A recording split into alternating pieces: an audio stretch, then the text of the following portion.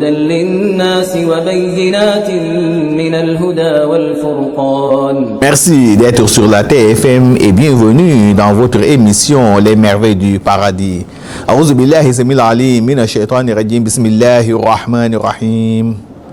الحمد لله رب العالمين والصلاة والسلام على أشرف الأنبياء والمرسلين سيدنا ونبينا محمد وعلى آله وصحبه أجمعين. Chers frères et sœurs en islam, assalamu alaikum wa rahmatullahi ta'ala wa barakatuh. Nous poursuivons notre thème sur la question de l'héritage en islam. Chers frères en islam, pour pouvoir bénéficier de la succession ou de l'héritage d'un défunt, il faut que vous ayez avec lui un des liens suivants.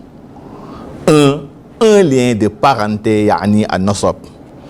Il faut qu'il soit un parent ascendant, comme son père, son grand-père ou son arrière-grand-père. Ou soit un parent descendant comme son fils, son petit-fils ou son arrière-petit-fils. Ou soit un parent collatéral, proche ou éloigné, comme le frère germain ou consanguin, l'oncle germain ou consanguin. Ce qui fait que si vous n'avez aucun lien de parenté avec le défunt, bien entendu, vous n'aurez pas droit à son héritage. Je précise que l'adoption en islam ne donne pas droit à l'héritage ou à la succession. Il y a ce qu'on appelle le lien conjugal, yani az-ziwaj sahih. Le lien conjugal ou le mariage établit automatiquement le droit à l'héritage. Ce qui fait donc, pour que l'homme et la femme s'héritent en dehors du lien de parenté, il faut qu'ils soient dans un lien conjugal, légal, c'est-à-dire un mariage reconnu et accepté par l'islam.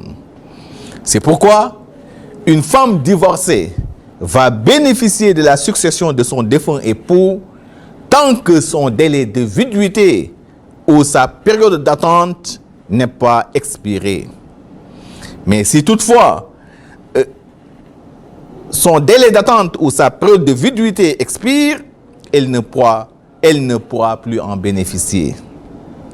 Pour juste dire que le lien conjugal établit automatiquement, n'est-ce pas, le droit à la succession ou à l'héritage entre, bien entendu, un homme et une femme, en dehors, bien entendu, du lien de parenté.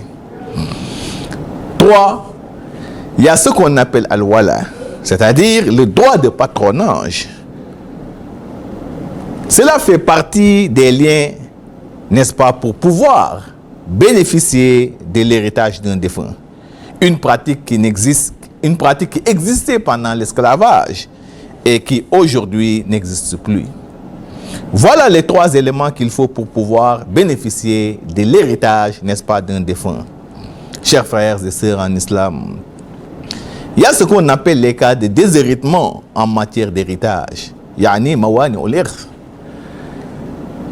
Pour ces cas de déshéritement, on peut citer premièrement ikhtilaf ad-din, c'est-à-dire la différence de religion. Si vous êtes de religions différentes, avec un parent ou même avec une épouse, la succession ou l'héritage ne pourrait pas être établi entre vous deux.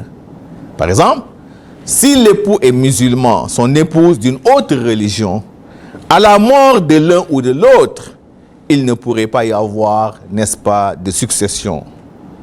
De même, entre des frères, entre des sœurs, entre un père et un fils, entre une mère et sa fille, donc si vous êtes de religions différentes, la succession ne pourrait pas être établie entre vous. Le prophète Muhammad alayhi salam nous le confirme. La yarisul muslim al-kafir wala al-kafir al-muslim. Il nous dit que l'infidèle n'a pas droit à l'héritage d'un musulman, ni ce dernier à l'héritage d'un infidèle. 2. Sur les cas de déshéritement, le fait de tuer volontairement son héritier. Yani qatlul amd. Celui qui tue volontairement son héritier ne va pas bénéficier, n'est-ce pas, de son héritage.